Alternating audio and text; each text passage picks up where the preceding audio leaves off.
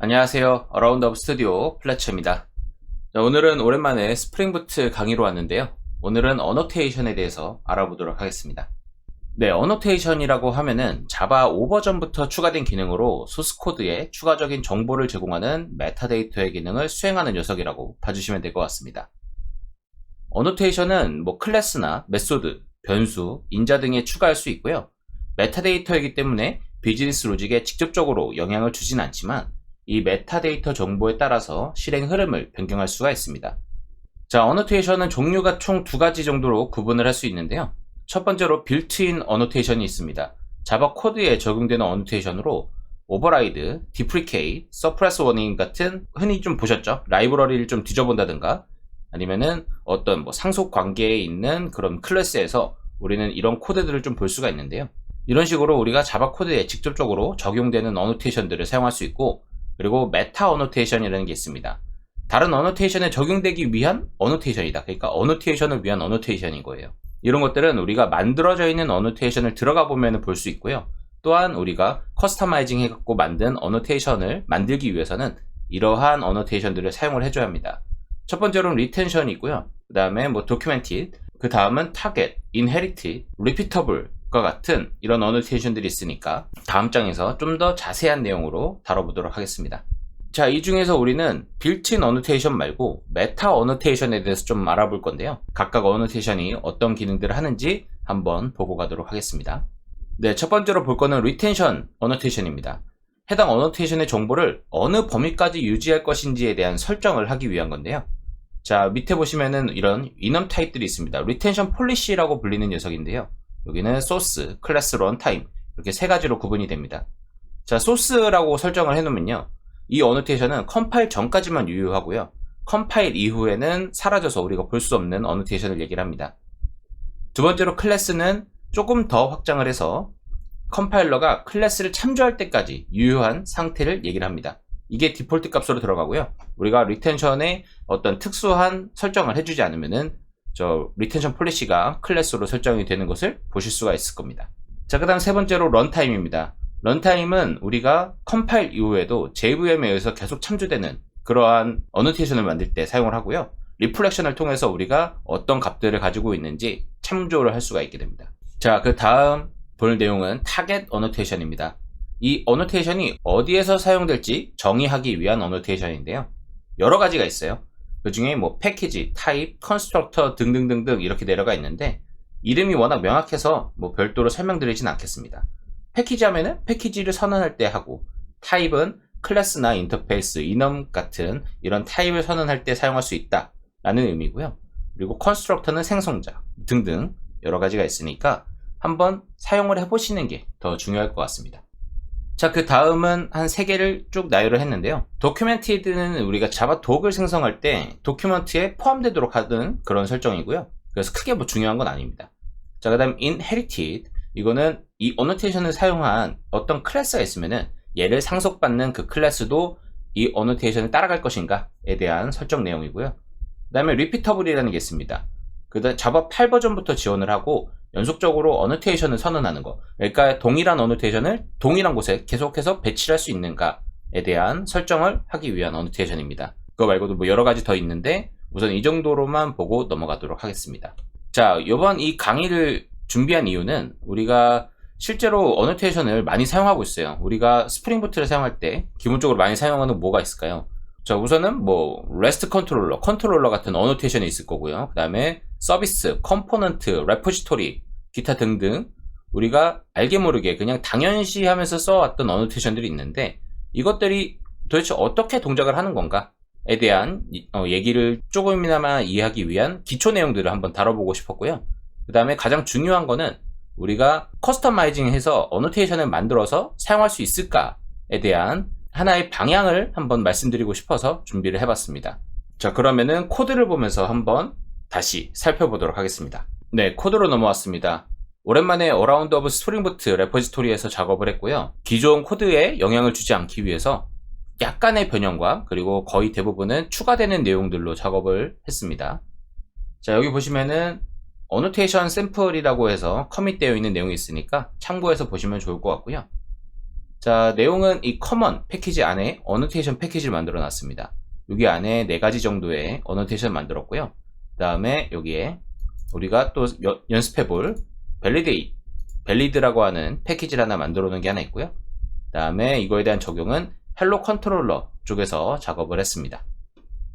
자, 그러면은 어노테이션 먼저 보고 가도록 하겠습니다. 자, 필드 어노테이션인데요. 이런 식으로 우리가 보통 구현을 합니다. 자, 리텐션, 그리고 타겟 이런 것들이 있는데요. 이건 아까 보셨다시피 어노테이션을 위한 어노테이션이에요. 그래서 어노테이션을 우리가 선언하기 위해서는 이런 골뱅이 인터페이스라고 하는 요 타입을 사용하게 되는데요. 이러고 나서 이름을 정의를 해주고요. 이 위에는 우리가 이 어노테이션이 어디에 적용될 것인지, 어디까지 우리가 유지할 것인지에 대한 이런 설정들을 해줄 필요가 있습니다. 자, 지금 보시면은 리텐션을 리텐션 폴리시에다가 런타임으로 설정을 했어요. 이거 말고도 우리가 소스, 클래스 이러한 설정 값들이 있었는데 보통 우리가 커스터마이징 해갖고 쓰는 어노테이션들은 런타임인 경우가 대부분일 겁니다. 왜냐면은 그 밑에 있는 더 앞에 있던 단계들은 우리가 컴파일 단계에서 적용하기 위한 어노테이션인 거예요. 이거는 사실 우리가 어떤 라이브러리를 만든다든가 뭐 그런 오픈소스에 개발을 한다 이런 것들이 아니면은 보통 쓸 일이 거의 없습니다. 보통 우리가 이런 커스터마이징 해갖고 어노테이션을 만든다는 이유는 어떤 반복되는 작업들을 좀 줄여주기 위해서 사용되는 경우가 많은데요. 이런 경우에는 우리가 보통 런타임 환경에서 사용하고 싶은 거니까 그래서 런타임으로 설정되는 경우가 거의 태반이다 라고 봐주시면 될 것 같습니다. 자, 그 다음 타겟 어노테이션인데요. 여기서는 이 어노테이션이 어디에서 사용될 수 있는가에 대한 설정이잖아요. 그래서 엘리먼트 타입이라고 하는 이 녀석을 따고 들어가면은 이넘이에요. 그래서 여기에 있는 요 내용들을 사용할 수 있다라고 봐주시면 되고요. 제가 설명하지 않은 녀석들이 몇 개 있을 거예요. 이 레코드 컴포넌트 그리고 모듈 이런 녀석들이 있죠. 지금 자바 9 버전부터 적용되는 애가 있고 16 버전부터 적용되는 애가 있습니다. 이거는 레코드 쪽에서 사용될 수 있는 거다 보니까 아무래도 레코드가 적용된 게 얼마 안 돼서 이때부터 적용이 되는 것 같습니다. 자, 우선은 여기는 필드라고 설정을 해놨고요. 이렇게 필드 어노테이션에 뭐 네임과 밸류 이런 값들을 설정을 해줄 수가 있습니다. 이렇게 적용을 하게 되면요, 보통 이런 식으로 우리가 설정을 해볼 수가 있습니다. 자, 필드 어노테이션 말 그대로 필드니까 이쪽에 전역 변수를 하나 세팅을 해서 여기서 필드 어노테이션을 설정을 해줬고요. 그 다음에 네임과 밸류를 이런 식으로 우리가 값을 넣어줄 수가 있게 됩니다. 자, 메소드 어노테이션은 뭐 마찬가지로 동일한데요. 여기서 눈여겨볼 만한 거는 우선 타겟 쪽에 메소드로 바뀌었다는 거, 필드 어노테이션과 비교했을 때. 그 다음에 디폴트 값이 있다는 겁니다. 자, 필드 어노테이션도 디폴트 값 줄 수 있어요. D 이렇게 입력하면은 바로 여기서 스니펫으로 알려주고 있죠. 디폴트로 한 다음에 우리가 어떤 값들을 정의를 미리 해줄 수가 있습니다. 이렇게 디폴트로 설정해주게 되면은 우리가 이 어노테이션을 설정을 해서 사용을 할 때 우리가 별도로 설정을 안 해줘도 어떤 기본값이 들어가게 되는 거죠. 그런 것들이 필요하다 싶으면은 이렇게 디폴트 키워드를 사용해서 값을 넣어줄 수가 있게 됩니다. 자, 타입도 마찬가지입니다. 타입으로 설정이 되고요. 자, 우선 메소드부터 좀 보고 갈게요. 자, 메소드 어노테이션은 말 그대로 이렇게 메소드 위쪽에서 선언이 됩니다. 우리 여기가 컨트롤러 단이다 보니까 이렇게 리퀘스트 매핑 이런 것들이 들어가 있는데 여기에 같이 메소드 어노테이션 갖고 값을 넣어줄 수가 있게 됩니다. 자, 근데 이 메소드 어노테이션은 디폴트 값이 있었잖아요. 그래서 이런 것들을 지워도 에러가 발생하지는 않습니다. 자, 근데 아까 필드 어노테이션은 디폴트 값이 없었잖아요. 이럴 때 지우게 되면은 여기에 이렇게 value라고 하는 값이 필요하다라는 에러가 발생을 합니다. 우선은 컴파일 단에서 이 에러를 잡아낼 수 있구나라는 것도 알 수가 있게 됐죠. 자, 타입도 뭐 마찬가지라 그냥 보고만 넘어가겠습니다. 타입은 아까 말씀드린 것처럼 뭐 클래스라든가 인터페이스라든가 이넘 이런 타입에서 사용할 수 있는 어노테이션이기 때문에 이렇게 클래스 위쪽에서 선언을 해줄 수가 있습니다. 그리고 지금 제가 네임과 밸류 이런 식으로만 적어놨는데 추가적으로 더 필요한 것들이 있다면 더 선언을 해줄 수가 있습니다. 이런 식으로 해도 에러가 발생하지 않죠. 자, 그 다음 네 번째는 제가 어떻게 활용을 해볼 수 있을까에 대해서 가장 대표적으로 많이 사용되는 밸리데이션 체크를 하기 위한 어노테이션 하나 만들어 놨습니다. 자, 리텐션과 타겟 똑같이 들어가 있고요. 여기는 추가적으로 우리가 constraint라고 하는 어노테이션을 사용합니다. 이 constraint는 여기 보시면은 자바 X 가장 최신 버전의 스프링 부트 3버전 이상을 사용하신다면은 자바 X가 아니라 아마 자카르타로 되어 있을 거예요. 그래서 이 constraint에 validated by 라는 것들을 사용을 해서 이 어노테이션이 어떤 밸리데이터를 따르는지에 대한 설정이 필요합니다. 자, 그러면은 이 밸리데이터를 먼저 만들어야겠죠. 그래서 여기에 파라미터 밸리데이터라고 하는 것을 하나 만들어 놨는데요. 자, 파라미터 밸리데이터입니다. 그러니까 파라미터를 뭐 어떤 값을 받는지. 근데 요거는 필드니까 뭐 이렇게 좀 바꿔도 될 것 같아요.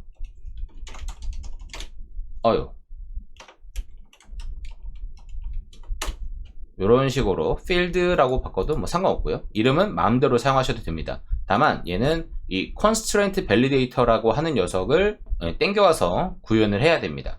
그래서 implement를 하고 있고요. 여기서 보시면은 또 자바 X, 그러니까 자카르타를 땡겨다가 쓰고 있는 것을 볼 수가 있습니다.